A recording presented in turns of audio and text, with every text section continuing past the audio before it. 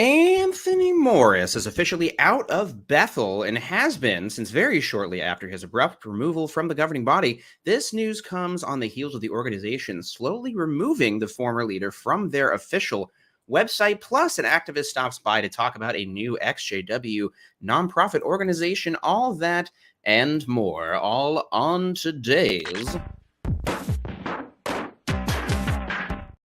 Welcome to the show. My name is Jake, and welcome to our Sunday service. We have a very special show today. Lots of fun news regarding our everyone's favorite drunk uncle, Anthony Morris. We'll do a kind of a eulogy for someone who's alive, and I think is the best way to put it.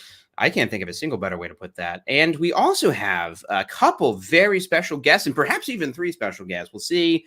We are streaming a little bit earlier than normal, and that presented a time zone issue for one particular person. But in order to get started today, I'm just going to bring in our guest of honor. You know her. I don't know. I didn't plan an introduction. You know her. It's Jenny Bloom. Hey. Hi. You know me because I'm your cool aunt. Cool aunt. We have a drunk uncle that we're going to be talking about, and we have the cool aunt. And my fun wife later, too. Yay. Drunk, fun, and cool are all descriptors we've used so far for the people who are going to be featured on the show. Jenny Bloom, thank you so much for being here. Thank you so much for having me today. And for doing this a little bit early for my sake. No, it's good. It's like, you know, when I was a witness, I preferred a 10 a.m. meeting because then it's like, then I got the whole rest of my day. You know? Totally agree. Totally agree. We can maybe get a group together to go hiking at 3 p.m. for an hour before we have to go home and get ready for work the next day. So yeah, it's like, sounds great. Do we do hiking or do we do like a cheap Chinese buffet? And if you're a gambler, you could do both. If you're a gambler, you could do both. Not me, not the Crohn's disease kid. Yeah, that's why it's a gamble. Go hiking after some suspicious egg rolls. How long have they been sitting there? I can't think of a better way to start our conversation than talking about getting diarrhea in the forest. Sorry, I know. Which is no, that was all me. You are on here today in your capacity as a representative for an organization called the Liberati. Yes. Tell us what this is. So this is something that our community desperately needs, and we're hoping that we can really get some legs on this and grow it into something that's going to be super beneficial for not only the ExJW community, but for people leaving other cults and high control groups that maybe don't have the same support that even us ExJWs have. So right now we're still getting started. We just launched our website July 4th. So we are still pretty small. We're still growing, but our goal is to be able to offer practical assistance to people who are leaving the organization. And right now we're kind of focusing on teenagers who might be getting kicked out of their homes. But we hope to expand that a little bit later to be able to offer far beyond what we're currently able to offer. You know, it's kind of like we want to be that one-stop charity that you go to for help. So right now we have a lot of, like, if you're on the Facebook group, which I'm not because I don't have Facebook, but if you're on the Facebook group, we do Zoom meetups. We do try to organize in-person meetups. Again, that can expand later in the future as well.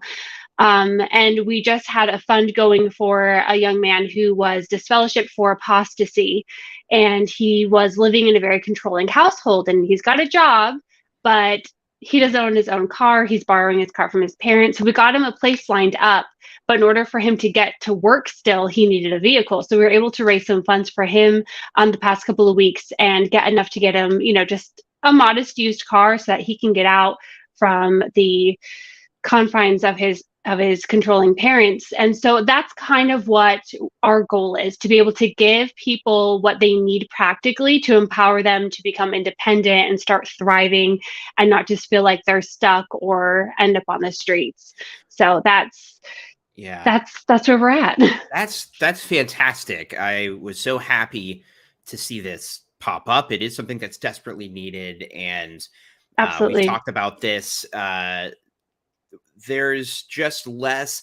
You're starting at such a disadvantage coming out of this organization in particular, because it is something that discourages higher education, discourages Mhm. having any contact with anybody outside of the organization. So when Exactly. people leave, they may have absolutely no, like they might have no savings, no Yes. personal, property or possessions. They may be like completely financially reliant on this organization.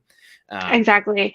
And I know personally for myself, when I was leaving, one of the weird challenges that I found is that I had been a housewife for a number of years. And I was like, okay, I got to get working again. I'm going through a divorce. I need a job. And everywhere you apply, they want like 3 references. But everyone I mm, knew was a JW and I couldn't put them down. And I hadn't right. worked in a long time. So I was like, what do I do? I was like scrounging my address book, finding old friends, and I'm like, hey, I know this is really weird, but would you want to be a reference for me? And thankfully it worked. But just little things like that can be a real struggle for people. And like you said, so many of us come out of this without an education, so it makes things difficult. And one of our goals in the future is to be able to offer scholarships Mm, for youths leaving, not necessarily just youths. We'd like to be able to help everybody. Be able to get a little bit of higher education or vocational training or whatever it is, so that they can move forward and thrive. So right now we're pretty much just based off of like personal donations, but we do hope to start grant writing in the future and being able to utilize some of Satan's systems offerings if we can, just to be able to expand and continue pushing forward. So we're really like a grassroots project where there's 7 members of us, and we all have that XJW background, and we're all hoping just to be able to give back to the community that helped us so much and saved us from some pretty dark places. yeah, that's it, it's so wonderful. And you brought up something that is really important, but that can be difficult to, I don't know. I found it difficult to like cover it, on the channel, which is minors getting kicked out of their homes from their JW parents, or at least, Hmm. maybe still people who are like 18, but or still teenagers or whatever. But it is a thing where even though, uh, like even young people living at home can get kicked out of their home from their witness Yeah. parents. Is that something Yeah. you guys have seen so far? So we haven't encountered that just yet, but we do know that that happens. And so Yeah. part of that is going to be compiling like emergency resources for people, like emergency housing. Eventually, we'd like to expand to a point where we can have sort of an underground railroad style, Yeah. like having safe homes for people who are, hey, my parents have kicked me out because they found out that I was seeing a worldly person or whatever it is. And be like, hey, we have someone close by who can house you. And that's, again, something in the future. We have to do a lot of vetting. We want to make sure that everybody is going to be safe. So that's part of our expansion in the future is being able to get people emergency houses, because you shouldn't end up on the street just because you don't believe in something anymore. You shouldn't end up on the street just because you've come out as gay. So we want to make sure that everyone has a safe place to go and we can give them a leg up. Yeah, that's really great. So what is the website, by the way? It's It's the Liberati.org. theliberati.org. Yeah, Okay. so you can go there, you can read our mission values, our statements. So we had a question. Some of our members did a video with Wally the other day, and someone had a Yes. question about finances. And I just want to be really transparent about that, because I think that anytime you're running a charitable organization, it's really important that people know where their donations are going. And like I said, we're still really small right now, but 100% of the donations have been going to the people who need them. We've had some startup costs, and that's mostly just come out of everyone's pockets who's been a part of it. No one's getting a salary. We're all volunteers right now, and that could potentially change in the future as we grow. If you're doing something full time, sometimes you do need to be able to support yourself financially, but that's, again, in the distant future. Right now, we're just based as volunteers, and we want to be as transparent as possible about where those funds are going. I think anytime you leave a cult like JW's, you say, oh yeah, we're spending this amount of money on, disaster relief, but you're not seeing Right. the numbers, you're kind of like, really? Yeah. So we want to be able to do that in a way that also keeps the people that we're helping safe and anonymous, because sometimes somebody needs practical help, but they can't have their name out there. So we have to be really careful about how we go about things. So it's going to be interesting going forward, and we just want to make sure that everyone, again, is safe and has the keys that they need to get ahead. I tried to edit the description with the website, because when I try to comment the website, I think the comment section like auto flagged it. When people post like links in the chat, sometimes it'll automatically get flagged. So I will make sure I update that after the show. The Facebook no worries. I'm looking down. If I'm looking down, it's because I'm also trying to be a part of the chat and make sure that if anyone has any questions, I can do my best to answer those. Absolutely. Well, this is wonderful. The Facebook group is a good idea too. And like what I was thinking, because you guys do a lot of like, want to be organizing in-person meetups and stuff. And like the more people join, the more that's possible. So, no matter where you guys are located, we can form some underground railroadery if we get enough people involved, right? The community aspect is a really big part of it too, because I know for many of us, when we were leaving, you feel really alone, you feel really isolated. And honestly, finding like the Reddit community probably saved me a couple of times. I was just in a really dark place. Like everyone you love and care about is suddenly like, you're diseased, we're just not going to talk to you. We're going to bypass you, talk to your spouse, and you just feel like you're this invisible, nothing worthless person. And so finding a community of people that's like, yeah, we've been there, we've done that, things get better, just keep pushing through is so important. And not only online, but having a community in person. So, I know in like the Charlotte area in New York, excuse me, we've had some meetups, and you can always go onto the meetup app itself and check for localized groups, especially like ExJW or Ex-Mormon even, and kind of see if you can connect with anybody. But right now we have, if you go to like our website, we have posted there like different events that we're having, some in person, some not. And again, like you said, once we grow, we can expand that so that those can be kind of everywhere for people.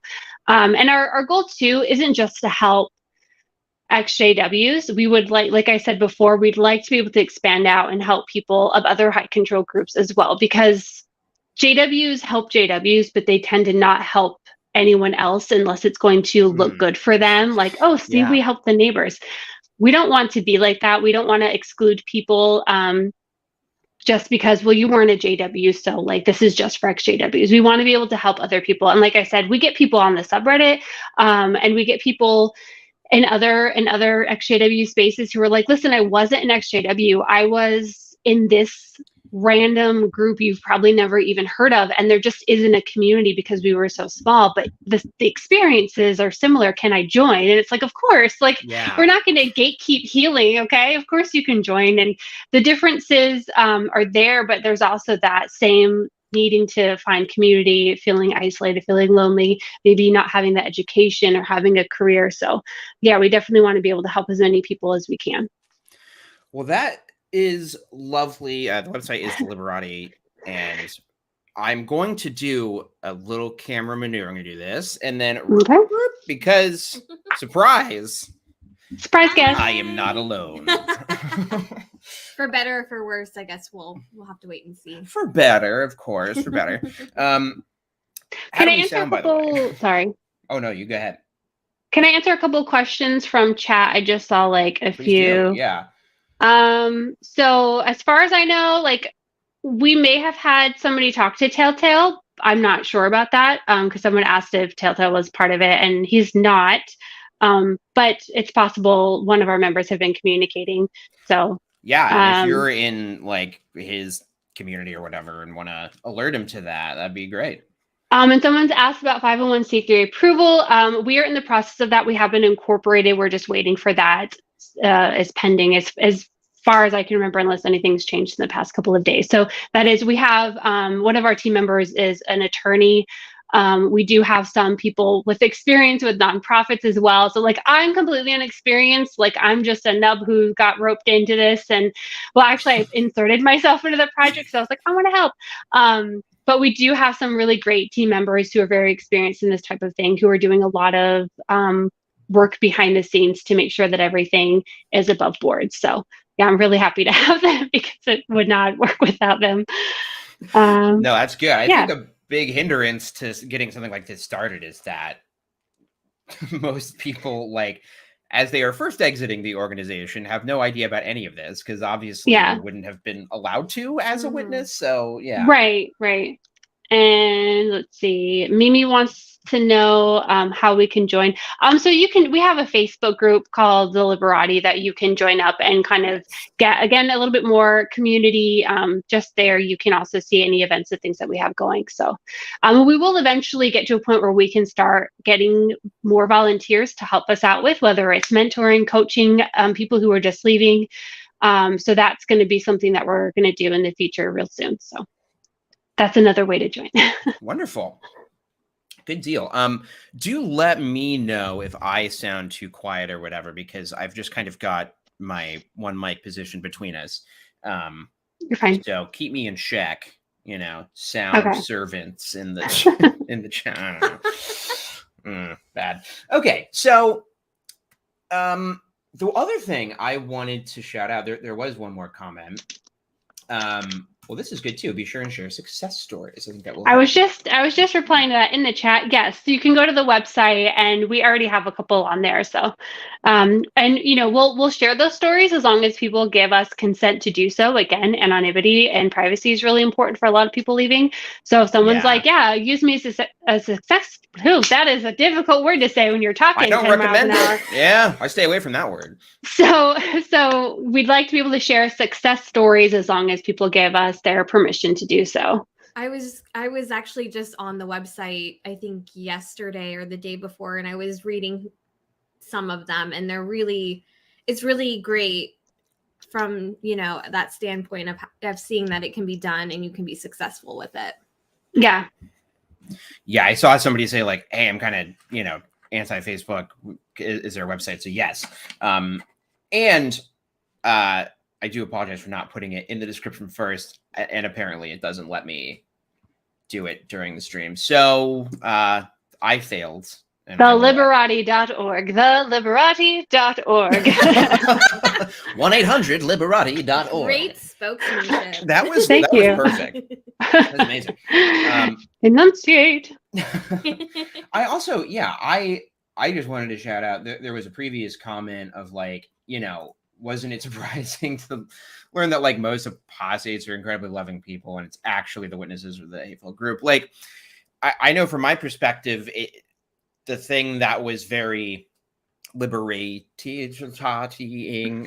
for me was like, it's just people. It's just people, right, who had this same experience. Like, I'm not an insane, like, angry apostate who wants to burn down the organization. I was just somebody who was like really disconnected and had a lot of questions and didn't know where I fit in anymore.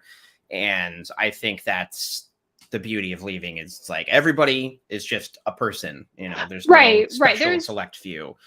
It's very rarely like good versus evil. Like we all are imperfect and flawed, and I think a lot of people are just inherently good. I do think that like, you're going to encounter members of the community who are going to be a bit abrasive. You're going to rub you the wrong way.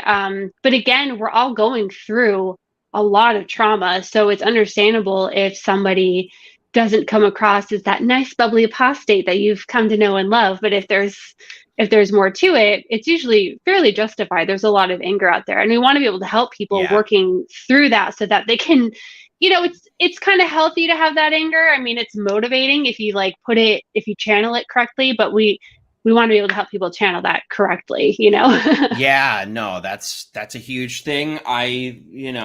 Christina, you're going to school to be a counselor, social worker, and nice. It is motivating for me to channel my anger into something positive too, because I feel like that is what you are doing. And often I just channel my anger into like yelling at a camera. Like 9 out of 10 people recommend to yell into a camera. Yeah. 10 out of 10 dentists recommend.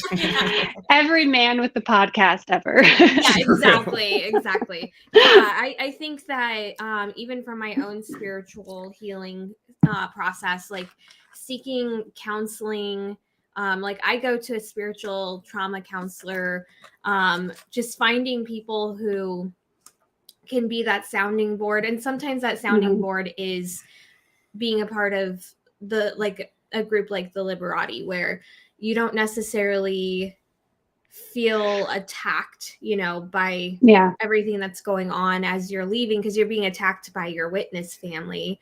Right. So it's nice to have a community where you can get some sort of spiritual healing from your trauma as you try to figure out other ways to find that healing. And I think that the Liberati is a great group to find some of that healing from. Absolutely. And I know for a lot of people, like, they don't want to have that identity as an ExJW. Like, they don't want that to be their identity. I think that's always going to be a part of us in some way. Like, and I don't think that has to be a bad thing. I think that, kind of what we're doing here is we're helping others who are trying to escape. If we all just have that attitude that, like, I want nothing to do with that, I'm just going to move on with my life. If you can do that, that's great. Yeah. I'm not joking. That is fantastic. Unfortunately, a lot of people aren't able to extract themselves that easily. And so if we can spin that into a positive way and be like, listen, this is a part of our identity, so let's use it to help other people, I think that's the best way to go. Because, there are a lot of stories that aren't success. Oh my gosh, there are not a lot of I feel you so much stories. in not being able to say that. Well, I've never had an issue with that word, and here I am. Well, it's different when you're on camera. Yes, live in front of a studio audience. Yes. So anyway, I forgot what I was saying, but we want to be able to help people like channel that anger and that ExJW label that we sometimes have into something better and positive. And if we can help people just move on to where, like, they are like, oh, that JW life is in my past, I don't even remember it. That's the goal. But at the same time, it's not a blemish on you to still have, a little bit of that trauma that's still there. That if you can use that to drive you in the future, I don't see that as necessarily negative. I think it can be something that we can spin to be a good thing. And I think that that's where people may fall short in understanding that, our traumas and our successes, they make us who we are. And being an ExJW or what have you, that's part of your story, right? It may not be what you want your identity to be, and that's fair. But it's what made you who you are today. And I think that it needs to be looked at as a positive. Like, I feel like when we have people who are just angry all the time about, being raised a witness and then how they were treated, they never move on and they never heal properly. And then that's where you get really toxic and unhealthy events or groups or environments. And I think that's important to understand. Like, it's part of who you are. It's, it's what you do with it that matters in the end. Exactly right. I mean, because we do have situations where we can look and see, oh, this person was an angry apostate and they did something extreme. And that can be really scary. We don't want things like that to happen. We want to be able to take someone who's in that phase of, like, I'm really angry, and help them channel that anger into something positive and productive and not destructive. So, yeah. Yeah, exactly. Let's try to turn that frown upside down, not to be toxically positive. My favorite or anything saying like of all that. time. I love it. It's okay to be angry, but let's not let it overtake our lives. Yes. My favorite thing, though, is to tell women to smile more. So I don't know how that's going to balance out with my favorite pastime. Your favorite pastime of being a misogynist? I'm confused. Piece of shit. I actually I've had men tell me that over in this.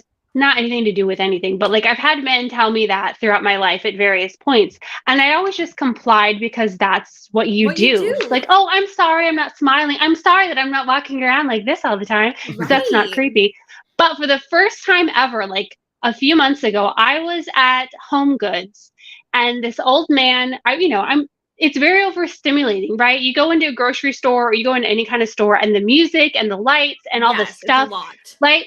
like you're focused. So I'm like looking at stuff like, ooh, wow, shiny, sparkly, ooh, nice. And so I'm looking at stuff, and this old guy's like, smile, life's too short to frown. And for the first time in my life, I just looked at him and I was like, this is just my face. It's just resting. I'm not happy. I'm not sad. I'm just looking. And he was like, oh, I'm sorry. I didn't mean anything. I was like, I know, but also like, Yeah. I don't have to walk around smiling for you. Like, I'm focused. Like, I'm sorry if that's not what you want to see, that I'm supposed to be picture perfect Barbie all the time, because it's not going to happen. It's funny because men don't get, like, women aren't telling men to, like, hey, smile more. Yeah, you look a lot nicer. But did that happen to you? Yeah, first of all, I mean, okay, it's an exception, not the rule. Men's issues. Yeah, is kind of what this show is about. I don't really know why I'm on your show if this is. No, I'm kidding. Yeah, wait, who booked this show? No, I'm going to talk to my agent because this is ridiculous. I agree. Yeah, my agent. I had this horrible. My cat. I had this day. I had I think it was when I was going through my waking up process too, and it was an old woman who I don't know. I was walking into work, some of the most depressed I've ever been in my life, just oh my God, my life is a lie. So I'm walking in, it's a Monday morning, and this lady at the front desk was like, oh, where's that smile? And I was just and then I understood how women feel about everything forever. Yeah. Instantly. I was like, that's what it's like. I get it. You were indoctrinated to the womanizing. No, it really did piss me off, though. Yeah.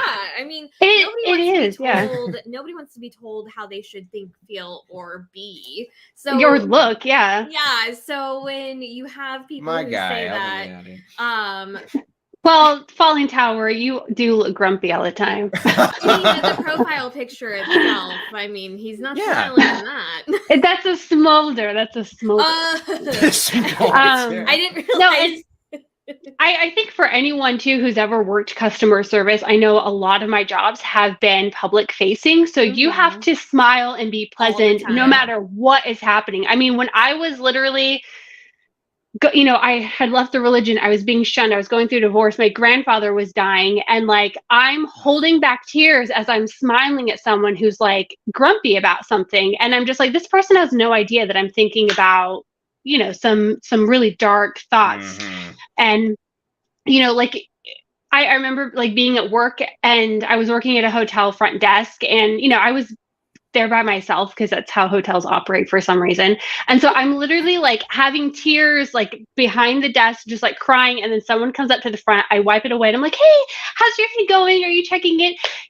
So that bubbly personality that you see at the front, there can be some dark stuff happening behind that. And so telling someone, oh, you should smile more. It's dude, if I look like this and I'm not smiling and I've been programmed to default smile and put on a front, some dark stuff is happening back there, or I'm just really distracted by the shiny baubles at Home Goods. I don't know. I mean, that's how it was when my dad passed away.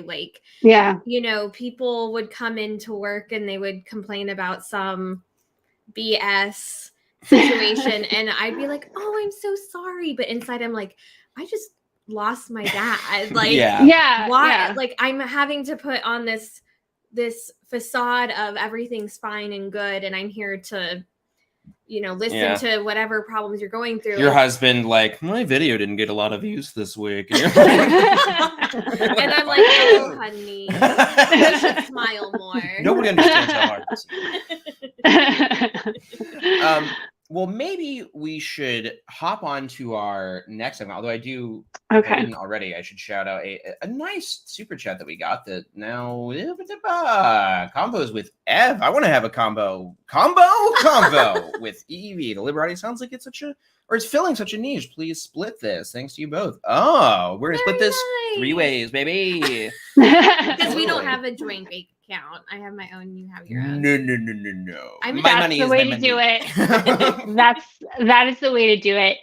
Don't combine finances. I did that when I was married, and not that we actually do that. Yeah. Okay. we can't afford anything on our own. Nope. I am okay. I'll knocked out just her shut up headphone. then. No. Actually, we do that. It's great. I didn't even hear what you said, Jenny. Good.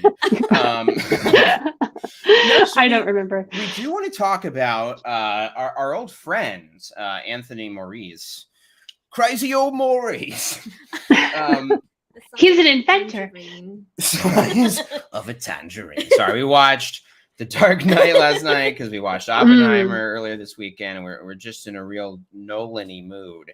But we've got a number of interesting things. So earlier this week, it was the Blue Envelope channel who I believe made a video about it, but there had been some posts on the subreddit before about this as well, speculating about the Anthony Maurice left. And yes, indeed. In fact, maybe I should pull up the Avoid JW article. Now, I am going to be careful on this video because, there are rules on the internet about like doxing and stuff. I don't want to, give away this man's personal information. We don't want people harassing his neighbors. We don't want people harassing his wife. She doesn't deserve that. I said that, and then it's just a picture of his house, so I can't. Okay. Well, so people can, anyway, find out where he is. Yeah, that's what a house looks like. I guess it's not that big of a deal, but anyway, I don't want to actually like put any super personal information out there, but there are a couple interesting things about this. So yes. Anthony Maurice, the turd, is no longer in Bethel. And this is actually relevant information because there had been speculation among witnesses and in the ExJW community that Anthony Maurice was still at Bethel. Perhaps he was in like their retirement facility, or he was working there, but just not in the governing body anymore. And now we know that not only is he no longer Bethel, but he has not been since around 2 weeks after his like unceremonious announcement on the website that he was no longer part of the governing body. This article here on avoidjw.org, and the Alt-Worldly channel has independently verified this information. The sale was agreed to on March 7th, 2023, which is just over 2 weeks after Maurice's expulsion was announced.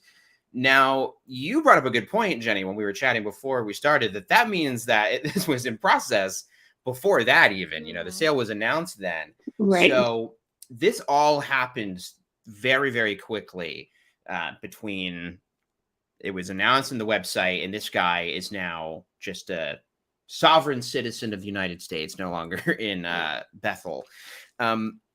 What, if anything, can we glean from that, I guess, is what I kind of would like to jump into.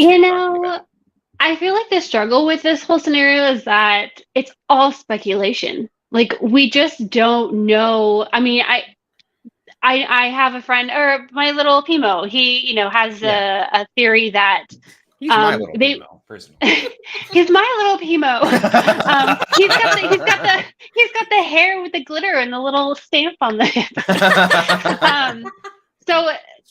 There's a lot of speculation around this, but he's got a theory that they brought on these other members of the governing body to have the majority vote to get Anthony Maurice out. And I totally agree with him on this, by the way. Yeah, I think that the timing is pretty suspicious, so I wouldn't be surprised. I'm just sort of curious as to what would have happened if that were true. That he was unwilling to step aside or step down as a member. I'm sure they would have asked him nicely prior, like, hey, maybe you need to step down. And maybe he refused. And they're like, okay, we're going to bring on some guys. And then we're going to buy you a house. And I want to address the house thing too, because I feel like a lot of people are like freaking out. And I understand, but they didn't buy him like a mansion on the coast or something. I want to be really clear. $250,000 in this economy is a steal. Nothing. I looked this up to make sure. That is like the cheapest you can get. And it's a townhome. He's sharing a wall with a neighbor. You know what I mean? Like granted, it's more than what, the Bethelites that they kick out get. It's more than what members of the congregation get when they fall in hard times. I totally understand that.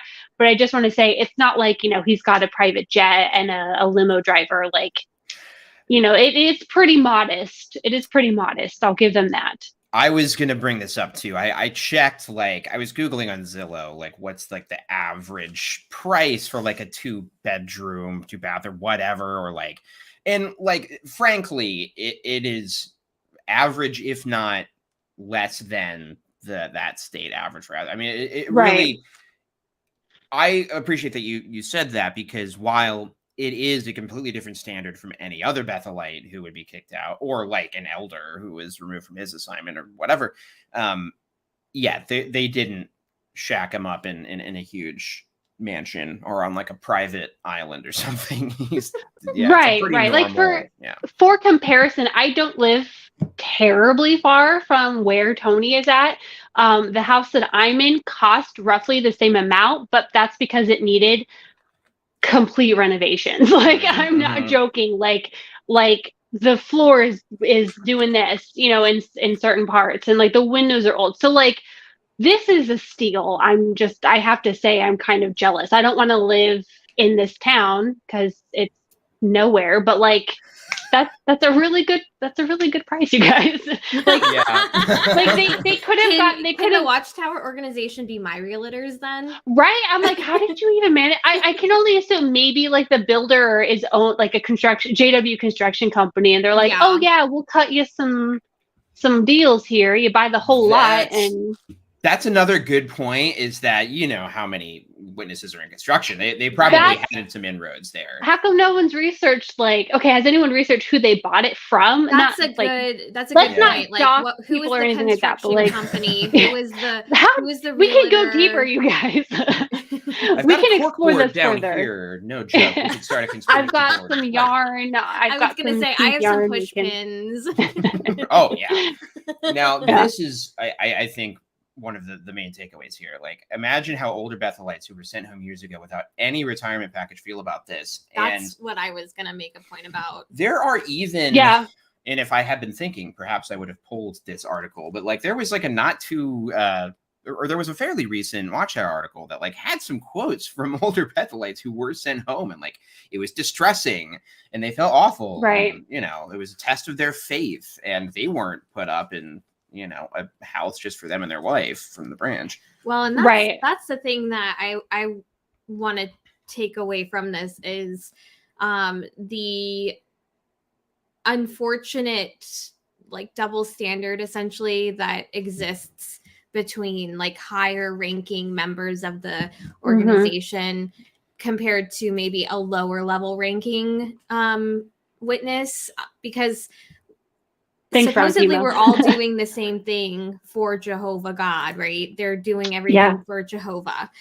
but the way that like Anthony Morris is treated, like, is significantly better than somebody who was a CEO or who was an elder and like was asked to step down. You know, they have to take care of themselves, but Anthony Morris and his wife are being taken care of. And yeah.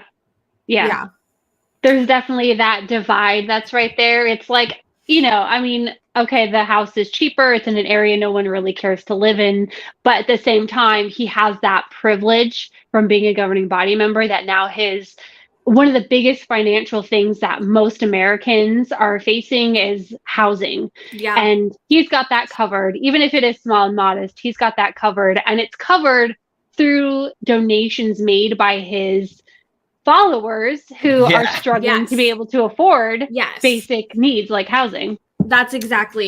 That's something that you are not thinking about as a Jehovah's Witness. Is like, oh, if one of the governing body members gets kicked out, I'll fund their house. And if you think about the drama where they show the woman in a refugee camp donating her money, and to me, I'm just like, why the donations people are making are supposed to go to people like her? Why is she donating her money so that Tony Morris can live in a house bought and paid for? Literally what I was thinking too. Like, we're so on the same page. Sorry. I'm just laughing because every time I think of that drama, I think of that stupid song that we were singing at the beginning. Like, no. I remember you guys doing that. That was great. But No, yeah. It really is like, yes, they have refugees like hand painting donation boxes. The refugees in Africa, Tony, have paid for your house. Does that help you sleep at night? This is what like really bothers me because I'm gonna do something real quick. Okay, so you keep talking. Oh, okay. That's what really bothers me because like there are people who are in such a harder situation than Anthony Morris is in. Like, sure, nobody wants to be like kicked out of Bethel and removed from their position with whatever shame, is associated with all that. the Bethelites that they kicked out, Yeah, right. Exactly. But then like there are witnesses in Africa who like have a 1-bedroom hut if they're not like in Johannesburg or something like that, and then their kingdom halls like are significantly I don't know, mediocre at best compared to like what's here in the United States. So like some of them have that open air and the tiled background of like, yes, that's exactly what I was about to show. Is like, yeah. I just searched for like Kingdom Hall Africa, and like this is what they're dealing with, is this kind of situation. And then you've got Anthony Morris's, living in a nice townhouse. So like this is where the resources go. Somebody pointed out in the chat, which has not been independently verified, that they're, like Phil Brumley's in a $500,000 house. Yeah, like they take care of their own. That's kind of the whole thing that we were talking about earlier, right? Like when it comes to disaster relief, they'll take care of their own, but they also, I think, very specifically take care of their American local branch brothers more and differently than they do. And I don't know if this is substantiated or I've never really done a deep dive on Tony Morris, but I've heard that he has money. Like he had money before he became a JW. Not only that, but he's a boomer. He gets to like get Social Security, and so does his wife. It's like, they do have a little bit more than what your average. Like I'm not going to get Social Security, but like, they do have a little bit more than what your average person does. And someone did mention in the chat, I mean, he called us silly woke Zoomers. I don't know if that's sarcastic. I'm not a Zoomer.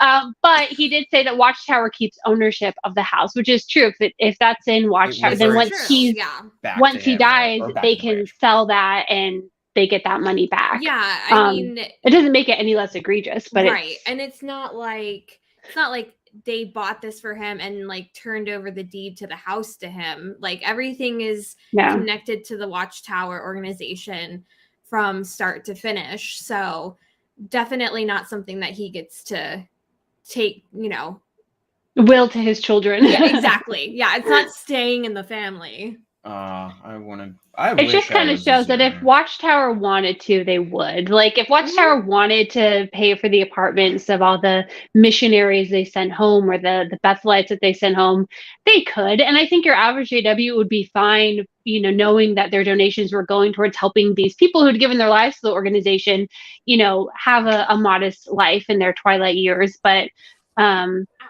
they're not doing that. It's kind of like they expect the congregation to foot that bill, and they're doing the same thing with Tony. It's like, we'll have the congregation and your donations take care of this guy. Oh, poor Peaches, little Peaches update here. Sunny, I have a bunch of watermelon jello in the fridge, and with Cool Whip, it is supreme. So I am very offended. I love Jello. Have you tried the Skittles Jello, the wild berry flavor? I certainly have. I've tried all manner of Jello with my digestive issues over the years. I've kind of grown to appreciate it. People are calling us silly, and frankly, one of the gravest insults I've ever heard. I think I'm pretty funny, so I take that as a compliment. I'm silly and funny. Yeah, thank you. I'll say it. Silly Billy's in here. Now, I want to say as well, because I've been rereading Crisis of Conscience, and I don't know the conversion rates, but I think like Ray Franz, when he was kicked out of his position was given something like $10,000. Now that was like in Hush money. 1983 money. Mm-hmm. And I think it was really like for him to get back on his feet. He worked for a witness, I think, for a little bit. But yeah, we don't know. Maybe he's getting some kind of stipends. But in any case, Ron Pimo accurately pointed out that we do not know exactly why he is no longer in the governing body, you know, and it has become, it's like a slight issue for me when like titling videos and talking about it at all, because I like when I say he was removed, I get witnesses saying, oh, there was actually didn't say that he was removed. We don't know that he was removed. Right. You can't say that he stepped down because we actually don't know that he stepped down. So all I know is he is no longer on the governing body. Whether he removed himself or was forcibly removed, we do not know. But what we can do is speculate wildly and irresponsibly for hours on a stream. And you know, the fact that he's still, you know, he's attending the congregation there. We've had a few reports on Reddit from people who are like, yeah, I know someone who's in that congregation. They're happy to have them there. Like, that tells us he's still in good standing, that he's still a believer. Like, a lot of people are like, oh, when is he going to publish his book? I just don't see that happening. Whatever happened at Bethel, he's still in good standing. And maybe it is a bribe. Like, hey, you know too much. Maybe we're worried about a government, what is the word? Overtake. Like not an overtake, but like maybe they're worried about getting subpoenaed for a case, and he knows too much, so they're like, we're gonna have you lie low in the middle of nowhere for a little while. It could be something like that, but again, we literally don't know. I know well, and Mimi has a good question, like, well, then why scrub him from JW.org? And that's is what I want to get into now. That is suspicious too, right? Like, so it's very weird, and I'm going to pull up some examples. It could just be since he's not a governing body member anymore, they've removed anything where he was represented as a governing body member because he isn't anymore, and they don't want confusion. Yeah. So I don't know. See if I can just open all these. But I was telling Jake, like, I find it odd because truly, if he was anointed by Holy Spirit, you would think that they wouldn't try to scrub him out of whatever publications or talks that he was a part of, because whatever he said would have been directed by Holy Spirit and still good for us, even though he's no longer a member. Yeah, was it Holy Spirit at the time or not? Yeah, exactly. So then the Holy Spirit was like tight pants. Well, okay. So let me go through this before I get too far ahead of myself. So like, this is the God's Kingdom Rules book, right? This is the old version of the God's Kingdom Rules book. This is the new version of the God's Kingdom Rules book. Ooh, they're in shadow. They're of which I think jinx. But I think you don't want them to look like shadowy businessmen. But also, honestly, why not make them shadowy businessmen? Because if somebody else were to be removed from the governing body, you don't have to worry about who is who. Yes, you can see or if somebody dies, and they're like, oh, no big deal, he's in shadow anyway, like, it's fine. Yeah. We don't have to quickly take a new picture and update it. Exactly. But where they get themselves into trouble is like, okay, so this is their current study publication, Enjoy Life Forever or whatever. And obviously in the old picture he was there and now he's not. But the bigger thing is that it linked to this video. We need an organization. And now that, I believe, has also been removed. And this is like, I don't know if you recall this, but this is him making his case for why there was a first century governing body. He's like, sounds like an organization to me. So like, if you don't have that, I guess we can expect in our future a new video from a different governing body member saying that same thing. And I want to know the explanation as to why. I want to see if they say anything. Christina's demanding answers. That's right. I want to know. Inquiring minds want to know. Another, okay. Woo! I did it again. Sorry. I'm sorry. Okay, so where's my little notes here? So a YouTuber who is worth following, by the way, Warwick Pimo on YouTube, who has posted some things on Reddit, I believe, as well. I'm going to try and pull up this YouTube video that they made where they detail a very interesting removal. In my opinion, this is the most interesting thing that they've deleted from the website. So let me pull this up on the screen here, or not even deleted, but edited. This took some work. How do I do this again? Okay. So this is Warwick Pimo's thing. And we all remember, look at that hat. I know that beard. When men were men. When men wore any kind of hat, they could get and any kind of beard. Look at that. He looks like he just plowed the farm with the giant horse, and now he's taking the wagon into town with his 12 children. I was gonna say he reminds me of like the Monopoly guy. He looks like an old-timey snake oil salesman. Yeah. But he was, in fact, the owner of a haberdashery. He was a salesman of hats and coats. My good friends. Designed the first pair of tight pants. This is all speculation. Oh my god. That's why they don't allow beards or tight pants. Oh yeah, exactly. My god. Things are making sense now. I'm just here to blow the lid off of the conspiracies, you guys. I know the truth. So this and it'll is set you free. An actual real conspiracy. And so what Warwick Pimo had to do here is because the original this is what's it called? Faith in Action, I think. Mm-hmm. Yeah, Faith in Action Part 1. So this is that 2-part documentary series that they released that was an important part of my questioning process. I think this is when I first learned about what 1919 even was. I feel like I don't even remember this. It's really weird. It's got like reenactments of young Russell in it. Mm-hmm. It sounds. It sounds familiar, but said more like Holy Spirits with a bunch of beers. You're basic. Sorry. No, you're fine. So, okay. He's posting the Russian version on the website, which still has the original video. So here's what it looks like before. Just looking at you see a young, fresh-faced Anthony Morris talking about Russell Tance. Has he always been old? Like, was he born old? I think he's always been old. Yeah. And then this Russell is now. and his friends to explain truth to others. And they just don't. They just cut that entire part. Oh my god! Where he explained, gave a little spiel about Russell and then they edited him out. Yeah. Why? Because what he says, I would think that from a witness standpoint, what he said isn't wrong. It's like I'm confused. I mean, it's like probably at least 10 years they old. only edited the English version and not like Russian or other languages. I think they're going through and probably updating them, but somebody downloaded the Russian one, before it got taken down. If anybody has the English one, which frankly I might somewhere in my downloads history, but yeah, it's pretty weird. Yeah, they just cut away from him, and that takes a lot of work. At Brooklyn Bethel, yes.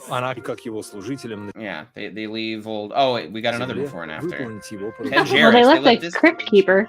And yes. Ted Jarrus, he was he was a bad guy. One of the most documented assholes that we know of. Nobody had any good words to say about this man ever.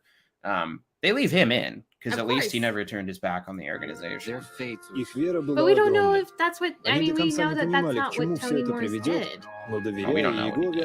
Well, he certainly didn't turn his back on the organization. Maybe he's still involved in meetings. So I can understand it, from a PR standpoint. From the Russian organization, or not Russian, Watchtower organization, cutting out people that you feel are apostates or non-believers anymore, but to cut out somebody who's still in good standing, just not as a governing body member, that I don't understand. My brain, I can't wrap my brain around it. It's just a lot of work to yeah, man, I don't know.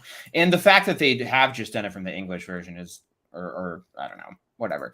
Very articulate stream for me today. I don't know, whatever. Fuck it. Okay, so in order to get a sense of what's been removed, like avoidjw.org does a pretty good job of keeping track of this stuff.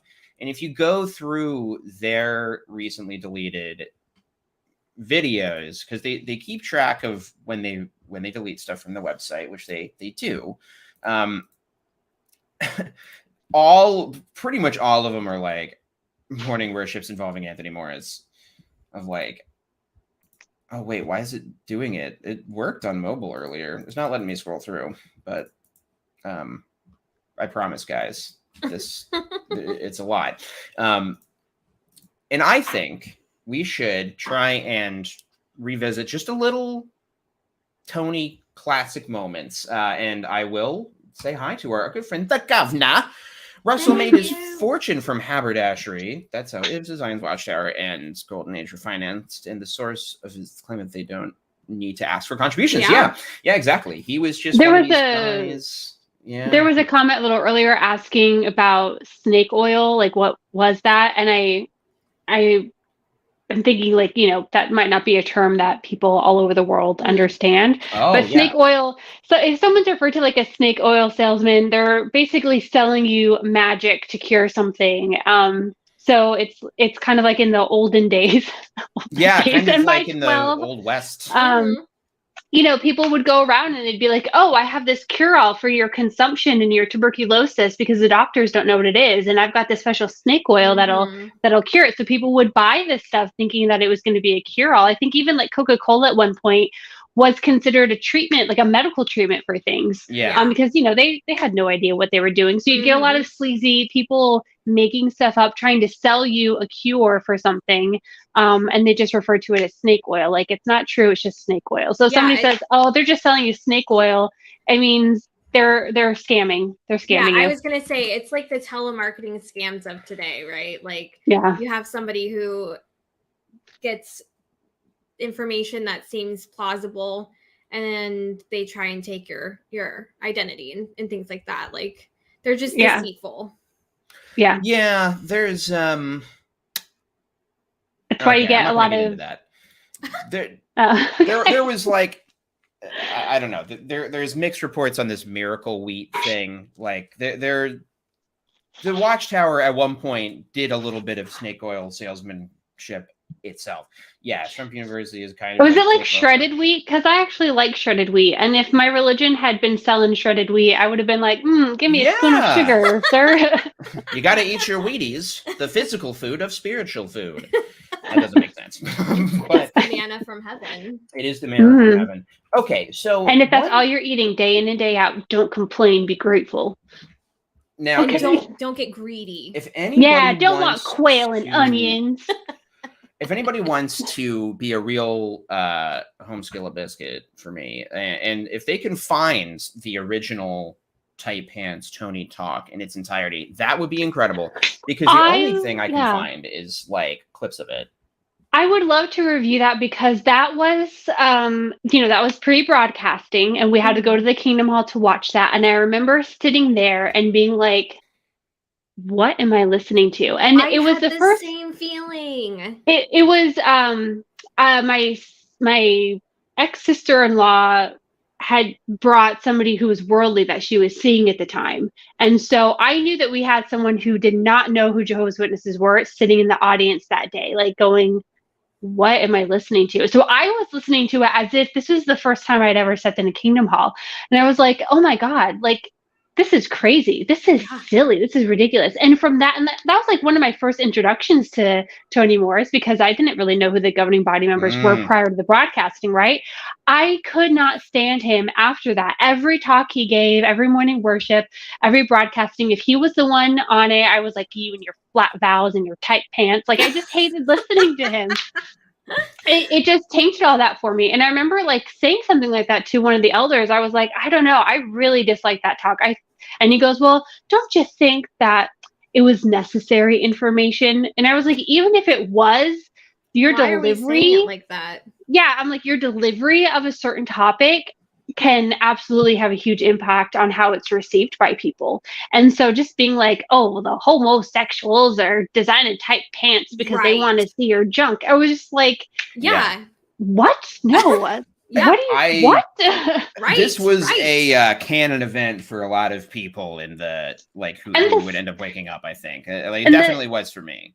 The Spanx thing too, because I was like, why is he talking about the undergarments that women are wearing? And someone was, I didn't understand. And someone was like, well, they also make like workout wear and shapewear that you wear that aren't just outside. And I was like, why is he commenting on it though? Like, if a woman chooses to wear shapewear, like, what are you wearing to the gym? Like, I wear a baggy t-shirt to the gym and I get all tangled up. Like, or like, what is, like, it just was the most bizarre thing I'd ever encountered. And I was talking to everybody about it. Elders, eyes. I was like, that's crazy, right? And you know, I think people wanted to agree, but they felt like they had to defend their spiritual. Right.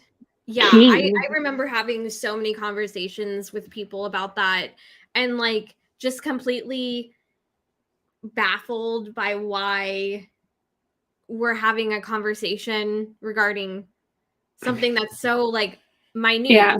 Spanx and yoga pants and and especially when he went into the Spanx and yoga pants, because even Jake's mom said at one point, when I feel like I was talking to her about this was months ago, and she was like, when he said that, I was like, well, I wear those things around the house all the time. Am I not supposed to wear them? Like, you can't be comfy in your house. No, it was upsetting to a lot of people. Yeah, you have to wear khakis and a polo shirt around your house. Come on, you've seen the dramas too. Yeah.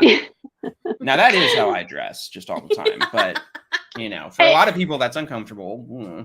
And the thing was too, is he also mentioned, you know, you brothers, if you're like, you know, 23 and you're not a ministerial servant yet, like, what are you doing? And, you know, like, sisters, you shouldn't be looking at, and I was married already at that point, and my husband, I think, was around that age.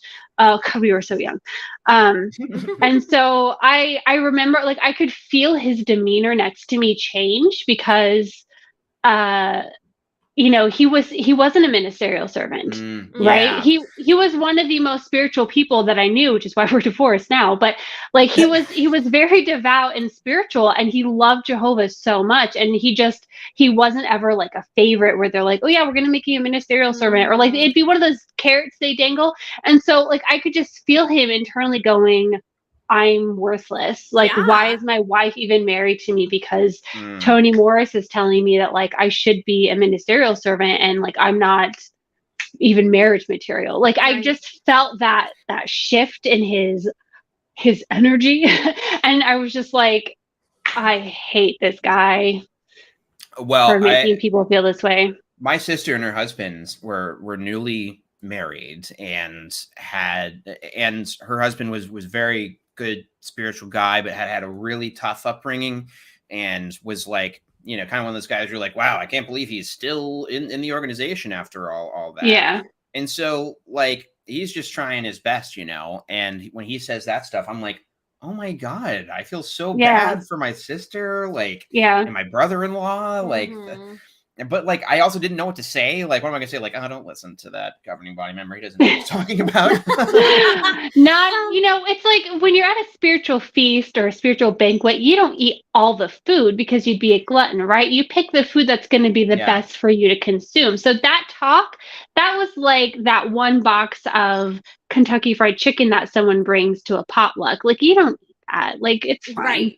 Where you mean I eat all of it because I love it so much? Okay, you know that marshmallow casserole that someone always brings. Oh yes. Like, oh, good, you brought these dry pecan cookies you always bring. That suck. So, all right, well, here's a little tight pants taste for us. Peaches wants. Oh, they're talking about MLMs in the chat. Anti MLM stuff also led to me waking up. I'll just say that for the chat. Yeah. I tried to get now. Oh, that's I have to mention this. Something I've observed. I see it in the airport, but was this recorded in 1920? Okay, that's what I do.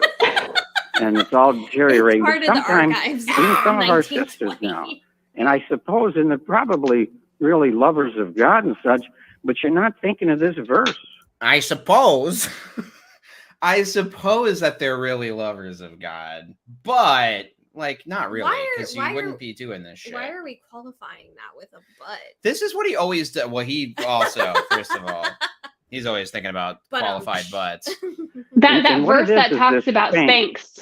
Yeah, Yeah. like, you're not thinking about the fucking Bible, sons of bitches. The skin-tight stuff they wear. Uh, Now, are any sisters wearing it in the ministry? No. no. I I don't wear can't say I've ever pants in the seen that. ministry. But when they Wait a minute. But when they exercise, they leave their home and they're jogging in this. Oh, I'm just reading it. I'm doing that. they leave their home and they're jogging in this stuff, look at the verse. Is that appropriate to wear skin tight Spanx or whatever they call it? That's not modest, and it's certainly not sound of mind. It's really not. Please tell me where in the Bible modesty is about what you're wearing and not about showing off your wealth. Every time they bring up modesty, even when I was at JW, this rubbed me the wrong way. We'd read scriptures on modesty and it was talking about not being showy with your wealth. Right? Yeah. Not being like, oh, look at me. I can afford to have gold braids or whatever it was. Right? It was never about the clothing that you were wearing. It was never about the length of your skirt. They didn't even have the modern clothes that we have today. It was never about how much skin you were or were not showing. So that drove me absolutely crazy that he's saying that like just the form of your body when you're out jogging or something is shameful for people to see. And I wasn't even going to the gym at that time or anything. I wasn't like wearing that kind of stuff out and about. But when I did start wearing, gym clothes and I was working out regularly, I remember wearing a pair of like tight leggings and they were really pretty. They had like this lace cutout on the leg. Loved it. And I remember my ex like kind of looked and was like, are you going to be going to the grocery store after the gym? Like maybe you should come home and change first. And I was like, I am absolutely not going to come home and shower and like get myself dressed to go back out. Like once I'm home, I'm done. Like people can see the side of my calf. And if they are stumbled, that they can see my calf in a pair of leggings. Well, like a glimpse of stocking is considered shocking. I don't know what to tell you. That ankle is mighty bony. And I think that shows the stigma that women have to carry in the organization because that scripture. I'm sorry. Look at Peaches. She looks so tired. Oh, she's shaking. I know. She's doing a little chihuahua shivering. She's not camera. She's camera shy. Don't make her go. Don't make her perform. But the fact that like modesty is inherently tied to what women are wearing or not wearing in the organization or any like patriarchal religious organization, it's just upsetting because why do I have to carry that torture stake when it's whoever has the issue of what I may or may not be showing via my clothes. Yeah, this guy doesn't like it, so everybody... I have said it before. I think I said this on like every stream or video I've ever been on of yours, and I will say it until I am dead. Yeah.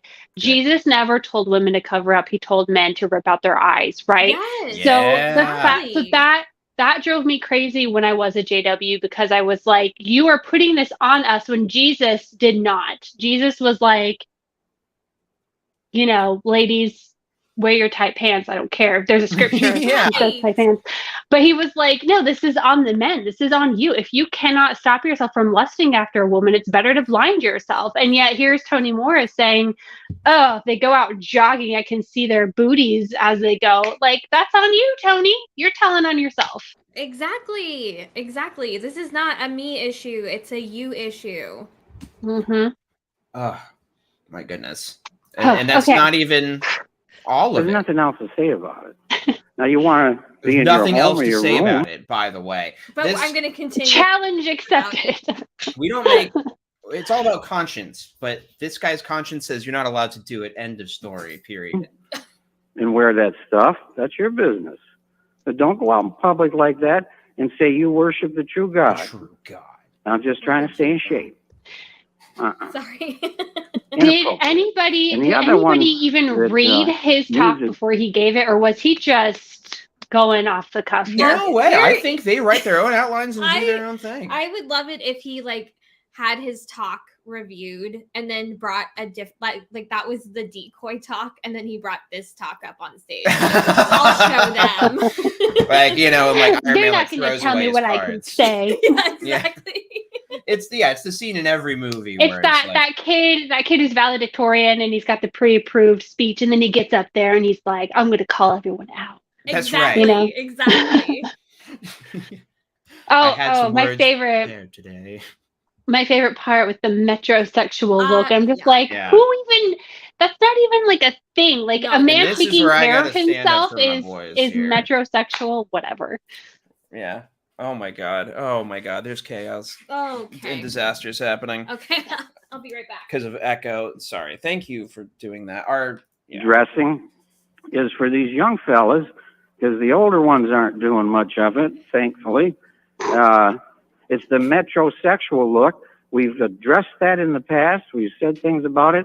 But what's happened now is really caught on more. Now, metrosexual, that's the tight suit jacket and the tight pants, better known as tight pants. Better known. I like it. Better notice. That's Better what we're known all. as tight That's what all the kids are saying. Oh, you got a pair of those tight pants I can wear. And like, okay, when this talk was given, there was that trend of like super skinny jeans that like rockers are wearing and Yeah, I would stuff. say But better like, known as skinny jeans. Mm-hmm. right, skinny jeans was like a thing, and like that's not even a fad anymore. And like, I never really saw brothers wearing like suit pants so tight that like you could, you know, like they weren't wearing suit pants made out of leggings. No. Like, they were just like, It oh, is- you mean it's fitted, right? It's a fitted suit versus the older style where it was like 3 times too big with pleats and a tie that was like this wide, you know? Right? Yeah. It just doesn't.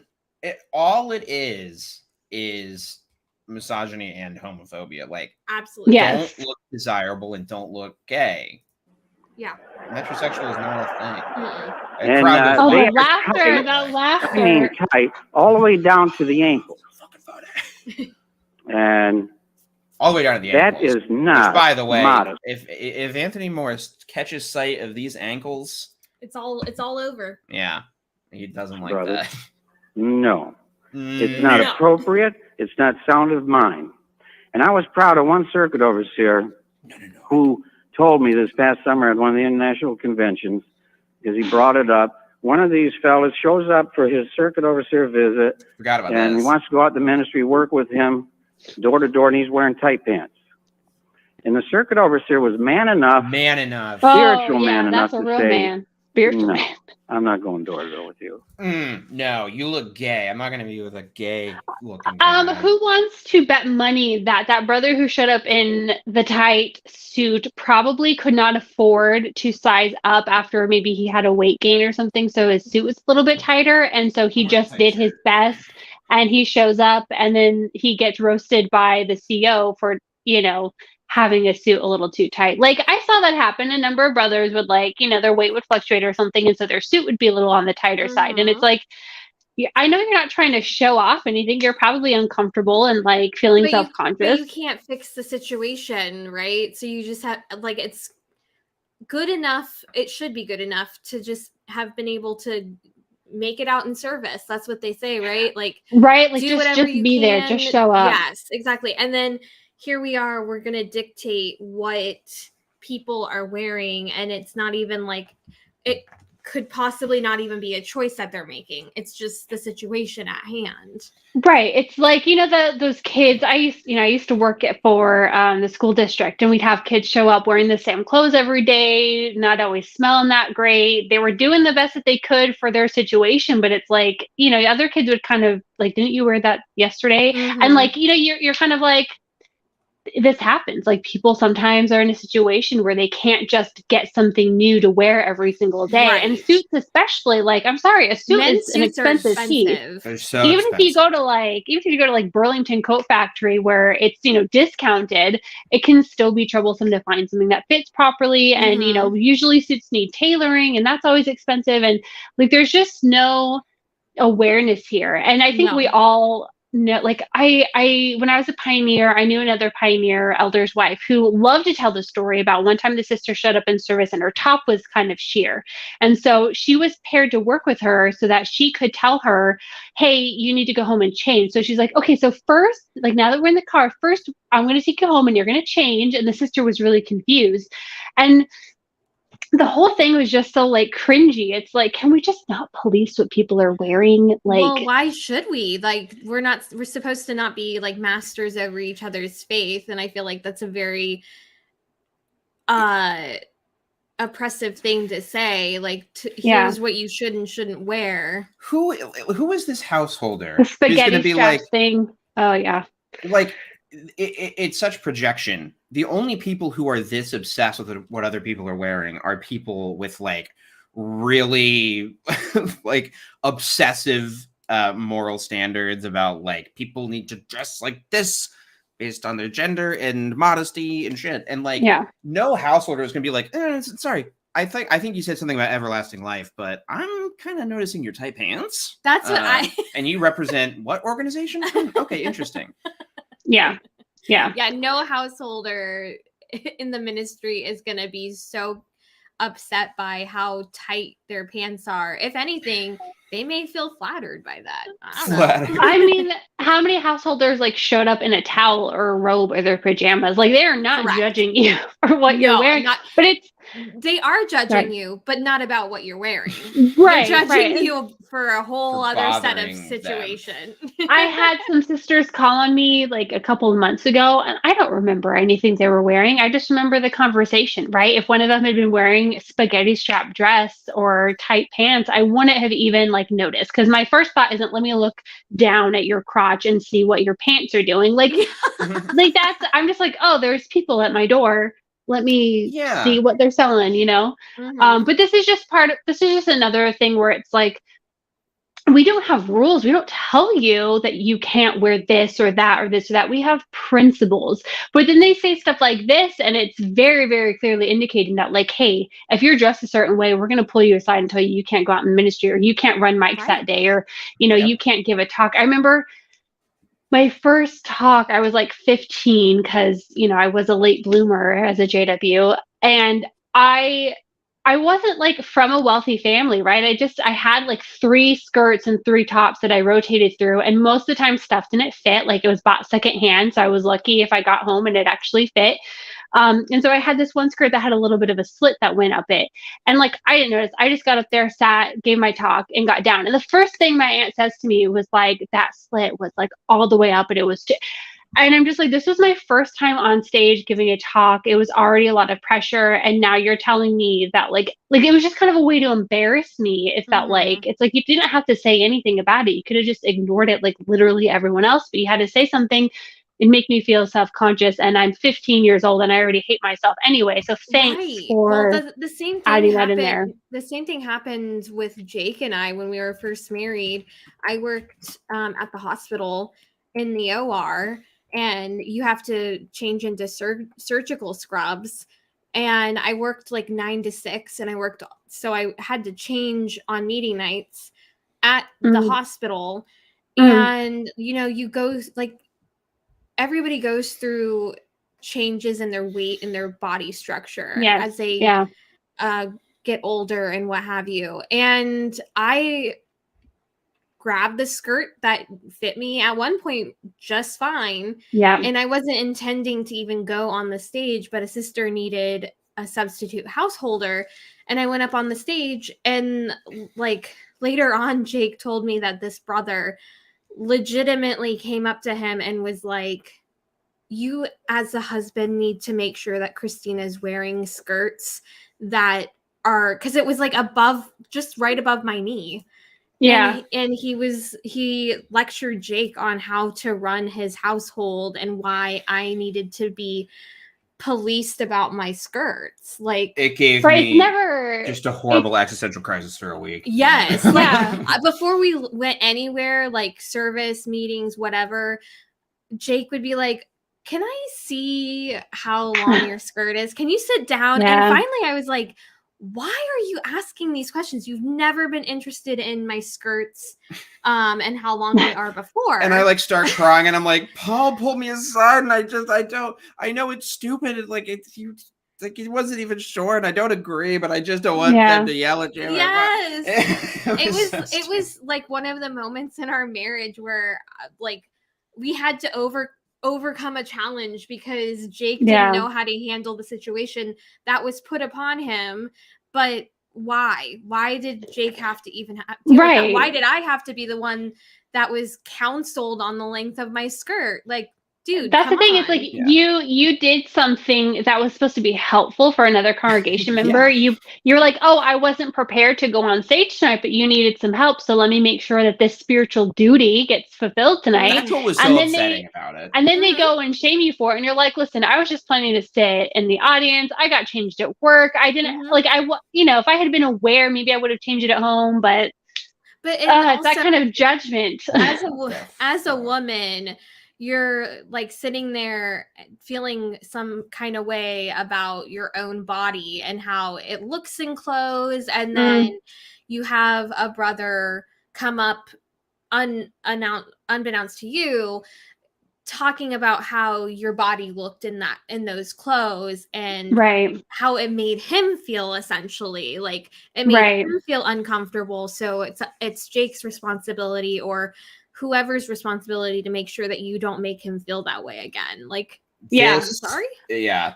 I one time, sorry, we're just going to share some stories real quick. So one time, I had gone to the gym with a friend. This was like, I was like 23, and we went with an older Pioneer sister who had a membership. She's like, oh, I'll show you guys how to use the equipment. Like, you can come on like a guest pass. So we're like, okay, yeah, let's go work out, like, for the first time in our lives. And so I'm wearing like shorts and a baggy t-shirt, like literally what you're like counseled to wear if you're going to the gym. And she put me in this position where I was like on the bench, like face down, like doing, pulling up weights or whatever. And apparently my shirt at the top, it was like a shirt like this, but it was big and loose, kind of like sagged down because I'm bent over, and the mirror's right there. So you could see down my shirt. She then tells my friend, hey, you should talk to Jenny about her gym attire because I could see you right down her shirt. And thankfully, like, my friend, told her, like, well, maybe don't look down her shirt when she's in a compromising position and the mirror is right there. And I was like, what does she want me to do? Like, do this? Like, what am I supposed to do in that situation? I legitimately was going to say, why is she concerning herself with even looking? Like, if we're at the gym to work out, why are you checking to see whether or not you can look down my shirt?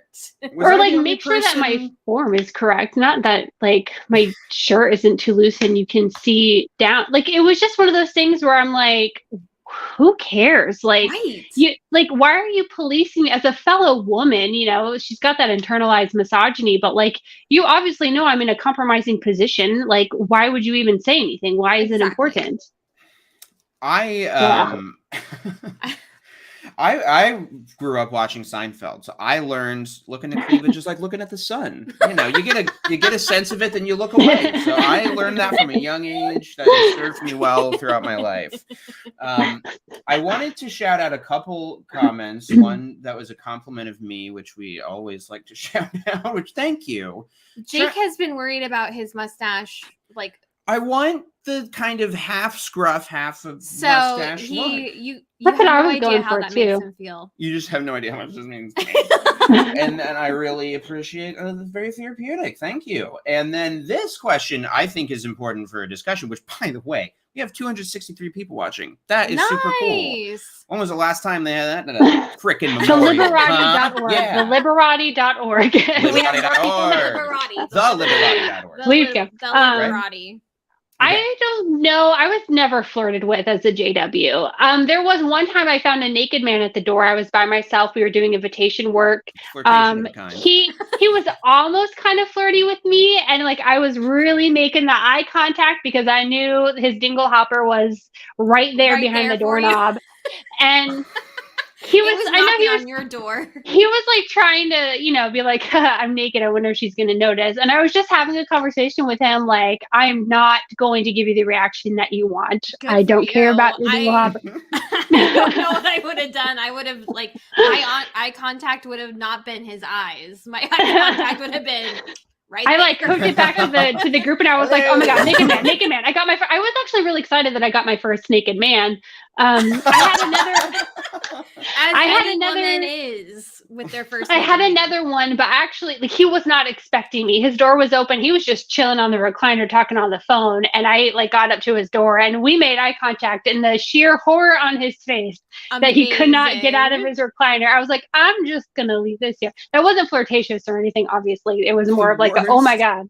The worst thing that can ever happen in the ministry, which definitely happened to me more than once, is somebody is leaving their house the second that you have you knocked on their door. They didn't hear it, and they're like on the phone on their way out, and you scare the shit out of them. Yeah.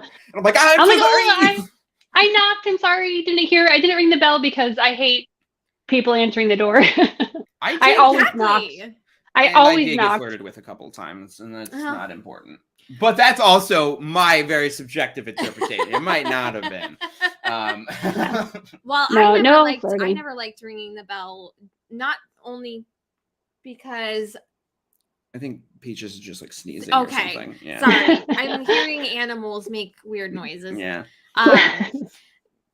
But I never wanted to ring the bell. Not only because I was hoping to just pretend to knock or knock lightly, but the one time that I rang the doorbell, I got bit by a dog. So I'm like, I don't want that. And then I got blamed by the householder for getting bit by the dog. Oh no! Because I'm the one that rang the bell, and I'm like, yeah. Okay. Every time I rang the bell, it was like I woke somebody up, or suddenly their dog's going to frenzy, and I'm like, oh my god. Or their kid answers the door, or I wake up the kid because the kid was napping. Like every time I ring the doorbell, it was bad news bears. So I was just like, Always. You know what? I'll knock. If they aren't around to hear that, they're doing something else, and it's fine. God. And there'd always be this person like, oh, we need to ring the bell. And I'm like, you touch that, I will murder you. You can ring the bell on your own house. Thank you. When it's your turn. Yes, exactly. So here, okay, I remembered my flirtation story, and I want you guys can tell me, or chat can tell me if this was flirty or not, because I don't know. I was with, well, I'll tell you. Oh, okay. So we were doing carts. All I heard was I know. This is before you were in our hall. Yeah, okay. But we were doing car witnessing downtown, and she sees somebody that she knows, who is and she was very professionally dressed and attractive, and comes up and she's like, oh, so and so. And then she immediately turns to me and she's like, you got this great suit. I work for a company where we're always trying to donate men's suits and stuff. And so I talked to her for a little while, and she's like, well, here's my card. Maybe we could set something up, grab a cup of coffee and just talk, and we can figure out if you have anything to donate. I don't know. I was a little thrown off that you would need to meet to talk about what suits you would donate. Is that flirting? I don't know. It might be underhanded flirting. Underhanded. Underhanded flirting. I don't know. You don't. Yeah. Falling Tower has a good comment there.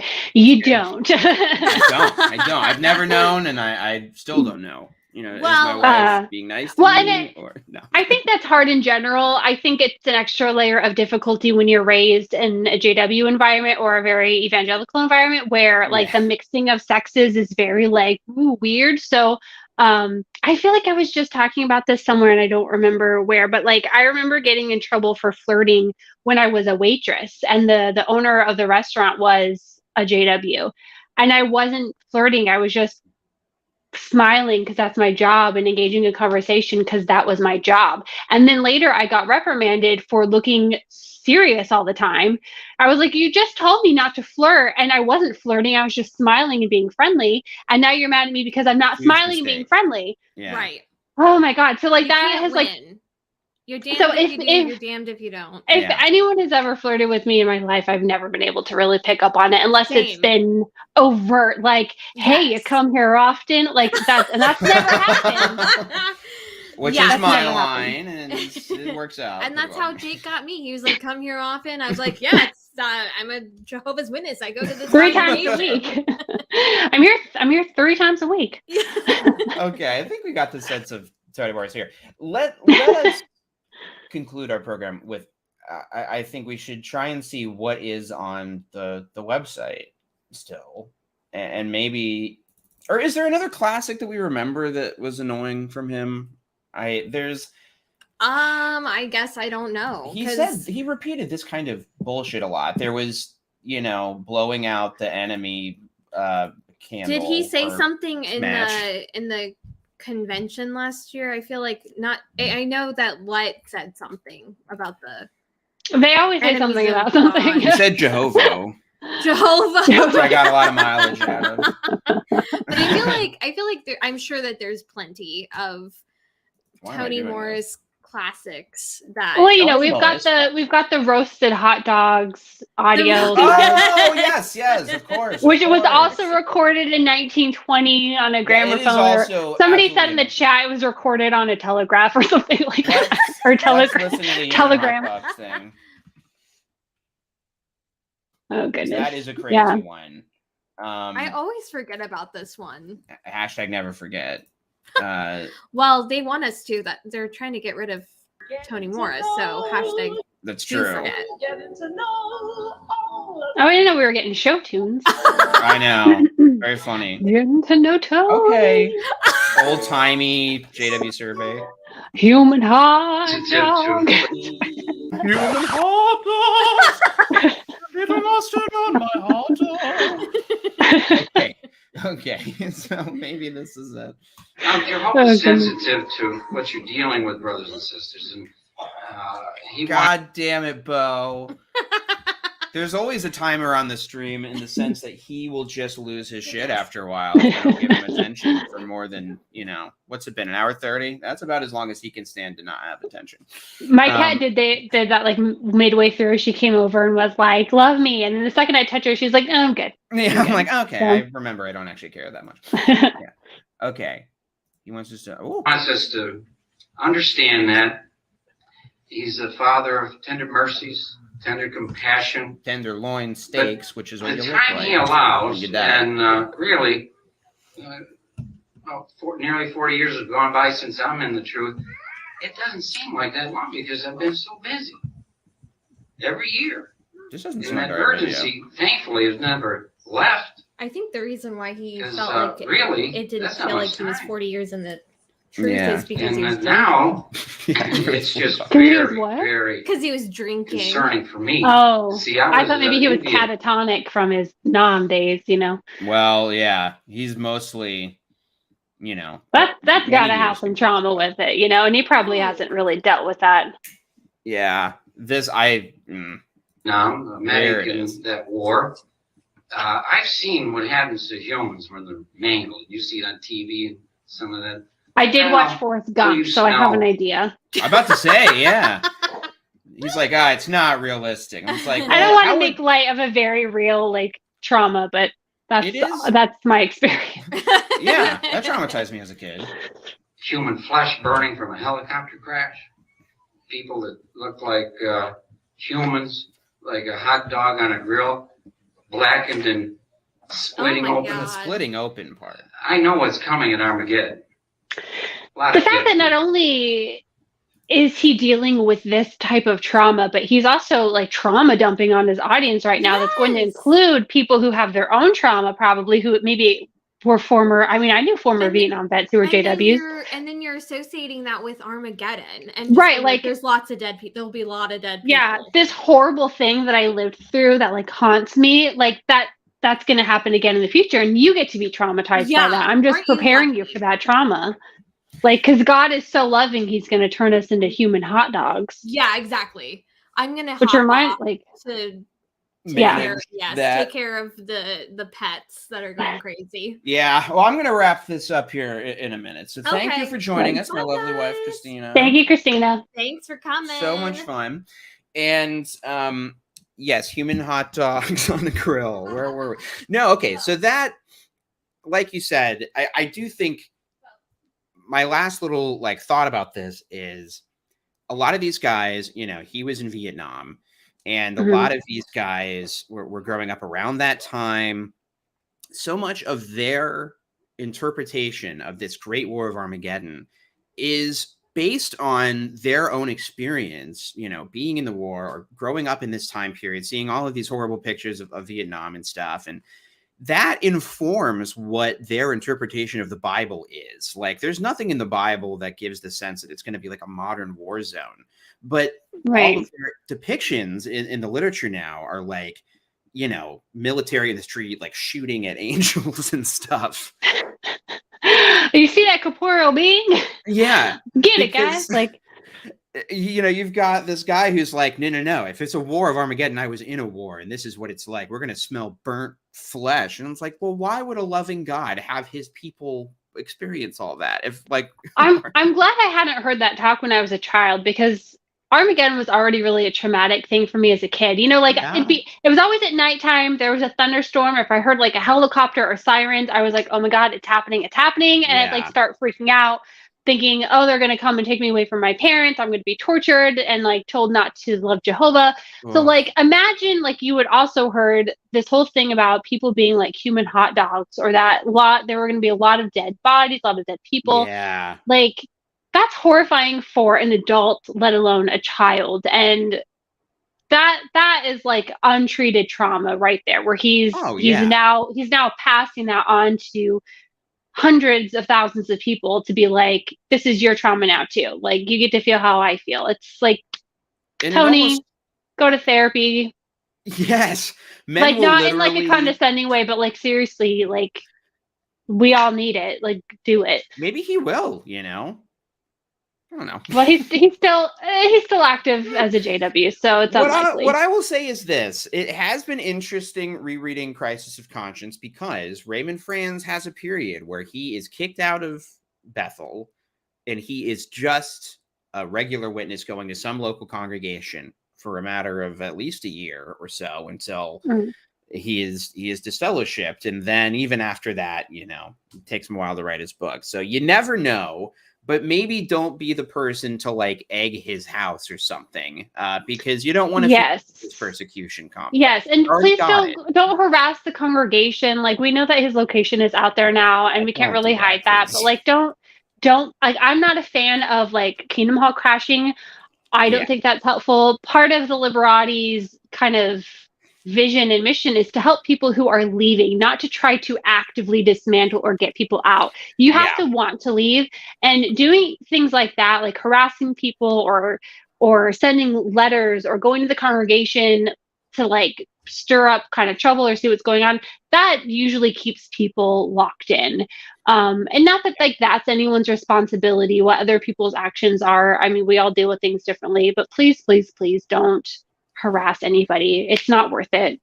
Yeah, this guy, you know, for him to go from a guy who could speak in front of 10,000 people and tell them what Armageddon is, and they all just have to believe him, and he can just shape 8 million people's dress and grooming standards, to just being some Joe Schmo publisher, you know, that's going to do a lot of damage to his ego in and of itself. You don't need to make him feel... The people in that congregation don't deserve it. His wife doesn't deserve it. Like, his neighbors don't deserve anything like that. Just leave it.